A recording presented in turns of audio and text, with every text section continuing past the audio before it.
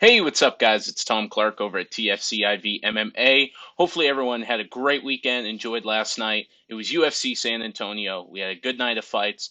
Sucked that one of the fights got canceled. That kind of threw off what was should have been an awesome bout in the flyweight division. But overall, still lots of great fights, so nothing to complain about.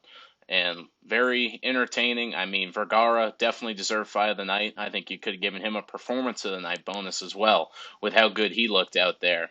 But he gets fight of the night, and then performance of the night. Nate the Train Landwehr got that one along with Pineda. So both those guys very deserving as well, and an overall great night of fights. The San Antonio crowd really brought the energy out there, so it was good to see. I've said it for a while. The UFC needs to stop doing events at the Apex. These in-person fight nights are 10 times better. So I'm excited to see it, and we'll get right into it. First fight of the night, Altamirano did defeat Vinicius Salvador via unanimous decision. Both these guys look pretty good. This was a very entertaining fight. Any of you guys who watched all the prelims, they were all very, very entertaining. So nothing to complain about there. Vinicius Salvador was almost Anderson Silva-esque with the way he was boasting out there and stuff. He's out there waving his hands, stepping up against the fence, saying "hit me," all that kind of stuff. Just real crazy stuff to see in the octagon. And there was an argument that maybe he could have done enough to get the win, but I think Altamirano was the rightful winner there, 29-28. And very entertaining fight, but the right guy got the nod. So Altamirano gets the win, and then we'll go right on to the next one. We had Vergara going up against Lacerda, and my goodness gracious, Lacerda had never been past the first round, and you could see it in his fight. I mean, he was going ballistic, and he really should have had Vergara out of there in the first. You could argue the fight could have been stopped, but it was just pure madness. Lacerda was lighting him up every time he touched him for the majority of the round, to the point where Vergara was running around the octagon to try and stay away from him, and it was just absolute craziness. Blew my mind. We've seen it before, like Alistair Overeem versus Stipe Miocic, but this was just wild. And then for Vergara to go through that adversity, comes in the second after Lacerda gasses. And the round one was a 10-8 regardless. Looking back, the judging was horrible last night. So the fact that two judges gave it 10-9, like, I can understand it with how bad the Texas judging is. I know we all make jokes about it, but it's true. But round one was a clear 10-8 for Lacerda. So for Vergara to come back in the second, and if the fight had probably went to the scorecard, should have been a 10-8 in round two as well. But he got the TKO in the second from the elbows, and just an overall awesome performance for Vergara, especially in front of his home crowd. So very good there, good to see. And like I said, pretty much all of these fights on the prelims were absolute bangers. So all very enjoyable. After that, we had Trevin Giles. He went out there and beat Parsons via split decision. This was an extremely close fight. I'd be lying to say any otherwise. I did pick Trevin Giles, so I was happy he got the nod. And I think based off the scoring criteria we're given, which is damage trumps all, I did agree with the decision, but I would have had no issue if Parsons got his hand raised. But I personally gave the nod to Giles, but extremely close.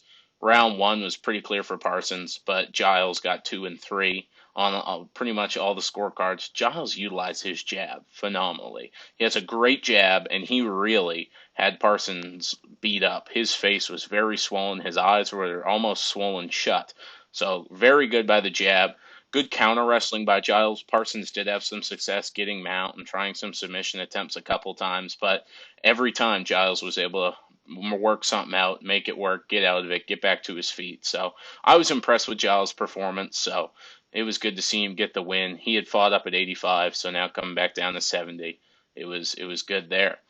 After that, though, was a tough one for me personally. I had interviewed Steven Peterson a couple weeks ago. I was really looking forward to see him going out there, getting the win, and seeing what was next.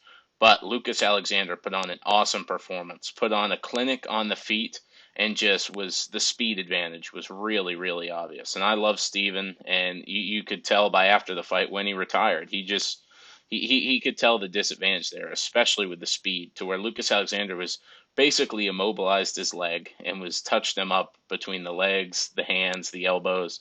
So Steven is an absolute warrior, though. He had plenty of options between the leg or some of these hits he was getting cracked with. He could have easily given up, but his son was in the crowd, and he really just showed the heart of a warrior. So it was sad to see him walk away. He's only 32, but he's been in MMA for 15 years or so.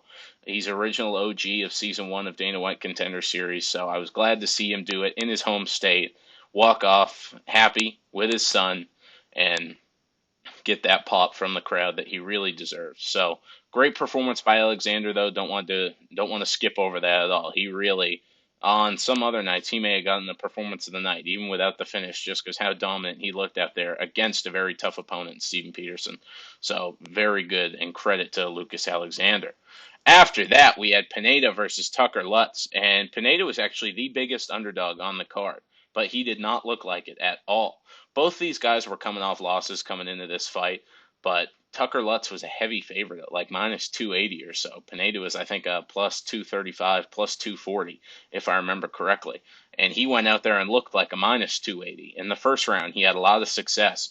Well, I believe he dropped Tucker Lutz in the first round. I was kind of skimming this one because I was driving somewhere while it was on. But I tried my best to watch it as much as I could. But Pineda just total domination.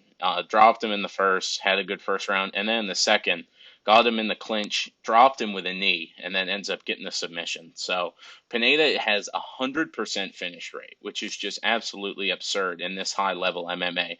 I believe 27 wins, all by finish, and added the submission last night. So just an awesome performance by him. Love to see it happen in front of his hometown Texas crowd. I don't think he's from San Antonio, but I know he's from Texas. So it was very cool to see that, and just awesome to see him get the win and that 50K bonus. After that, Albert Duraev, was going up against Chidi Njokuani, and Albert Duraev ends up getting the nod via split decision. I'm going to be honest, this was another one where I was kind of driving, going somewhere, so I didn't get to really pay attention as best I should. But from what I saw, Duraev got the win. I believe I gave rounds 1 and 3 to Albert Duraev, if I remember correctly. He did get the nod via split decision, so one judge did give it to Chidi, but there were a lot of fights on this card that went to split decision that I think we could argue with. But good performance by Duraev. I told you guys I thought the wrestling was going to help him, and Chidi gassing against Gregory Rodriguez just didn't make me that confident betting him as a favorite. So good little win by Duraev there, and excited to see what's next for him at 85. That really makes Joaquin Buckley look very good, though, that performance, because Albert Duraev ate some big shots from Chidi and had a good fight, and Joaquin Buckley absolutely steamrolled him. So I know the rumor is Joaquin Buckley's going down to 170, so I'm excited to see what's next for him down there. It'll be pretty good. After that, though, we go to Macy Barber versus KGB Lee. This fight went to a split decision. If there was ever a bet I regret not placing all week, I'm talking to people, and we say, she just gets these split decisions. She always gets the nod in these extremely close fights. And I was talking yesterday morning. I said, I should probably just place a bet on Macy Barber by split decision. And I really wish I could have, because that would have been a nice little win there. But I believe it was Dan Mergliata scored that fight 30-27 for Macy Barber. Get out of here. A lot of people thought Lee should have gotten the win, and this was another one where I was driving, so I didn't get to watch it fully. But Macy Barber gets the nod, and she has a history with this, where extremely close fights, she just somehow gets that nod. I thought Miranda Maverick clearly beat her, but no, Macy Barber gets the nod. So she does have the judges in her favor, it seems, while she's out there. But still an impressive performance from her nonetheless, so can't take it away from her. And I know a lot of people don't like Lee because of her choice in men, just to put it lightly. So I know some people were excited to see Macy Barber get the win. But it'll be interesting to see what's next. That's 2 wins now in her last couple for Macy that were so close, and a lot of people thought she lost. So, now she's going to be ranked probably 10 or maybe even higher. So what do you do with her? Do you feed her that top 10 competition, see if she can compete, or do you keep her around this skill range? So I don't know. Tough question, but I'm not a matchmaker, so it doesn't matter too much what I think about it. After that, we had Nate the Train Landwehr going up against Austin Lingo. And this was going to be a great fight. We all knew it was. And Nate went out there and looked pretty good. Austin Lingo was coming off a long layoff, hadn't fought since the end of 2021. So it had been about a year and a half since he had gotten in there, and you could definitely tell there was a little bit of ring rust. He didn't look horrible, and he had some good moments, landing punches and stuff. I believe he did cut Nate as well, but Nate got that very slick rear naked choke. So good performance by him. His last fight in Austin was a guaranteed banger, one of the most entertaining fights you'll ever see, and another good performance. This guy's going to get a big following. I mean, he has that kind of Bryce Mitchell, just crazy country boy appeal, and I think really he's going to gain a lot of fans over his next couple fights. I can guarantee he's already gained a couple because of his last two, and they're going to keep coming. So I doubt Level would be a top five guy. He wants Bruce Leroy next. That was the fight that was supposed to happen, but Alex Caceres did have to pull out. But Nate Landwehr said, rebook that fight. I want it, so I look forward to seeing that one. Hopefully within the next couple months, because Nate didn't take a crazy amount of damage. So I look forward to seeing that one. After that, we had Holly Holm going up against Yana Santos. And what I tell you guys in the breakdown, I said it just seems that everything Yana Santos does well, Holly Holm just does a little bit better. And Holly went out there, put on a dominant performance, and you're really happy to see it. Holly is such just, I've never met her, of course, so I can't speak for sure, but just she seems like such an awesome person. So it's good to see her get the win. I think we're all kind of excited for that. And then she's going, it's going to be interesting to see what you do next with her. I mean, she had that loss against Ketlin Vieira, but so many people thought she won. She goes out here, beats Yana Santos. So what do you do with her next? I don't know. If I'm Dana, I assume Dana White probably wants her to get another title fight. Holly Holm's a big name. 135 doesn't have a bunch of big names, so like you think Raquel Pennington's probably deserving, but at the same time, Raquel Pennington's not a huge name, so. I don't know. Going to be interesting, but awesome performance by Holly Holm. Loved her post-fight interview. That was really cool to see her standing up for her beliefs and such. So really, really good to see that, and I can't wait to see what's next for her. And then we get to the main event.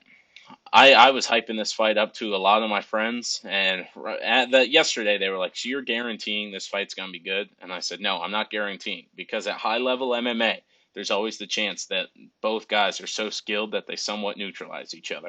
And that's really what we saw in that main event. It was a great performance by Corey, and he totally neutralized Cheeto. It wasn't super entertaining. It wasn't the slugfest we were all hoping for, but it was an awesome performance by Corey. I think clearly a 50-45 or 49-46. The fact that one judge gave that fight to Cheeto Vera is an absolute disgrace, and that man should be barred from any sort of MMA judging in the future, because that is just an irrational scorecard.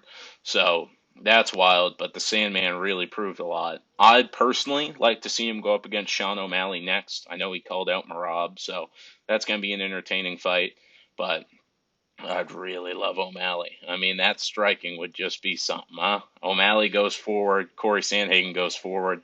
What we saw last night, Corey could utilize his wrestling against Sean, so it'll be interesting to see. That's without a doubt the fight I want next, or Marab. Both of those are going to be guaranteed banger fights, so I cannot wait. Next week, we have a little break from the UFC where we get a week off, and then the week after that, we got UFC 287 in Miami, Florida. Alex Pereira going up against Israel Adesanya. It's going to be great. It's the fourth fight, second in MMA. Alex obviously KO'd Izzy last November. We have Jorge Gamebred Masvidal making his return to the octagon against Durinho, Gilbert Burns. We got Kevin Holland, Santiago Ponzinibbio, Rob Font versus Adrian Yanez. We got Chris Curtis, Kelvin Gastelum. So many good fights. So I cannot wait to break down that card with you in about a week and a half or so, and it's gonna be good. So hope you all had a great weekend, and hope you all have a great week, and I'll see you guys soon. Thanks.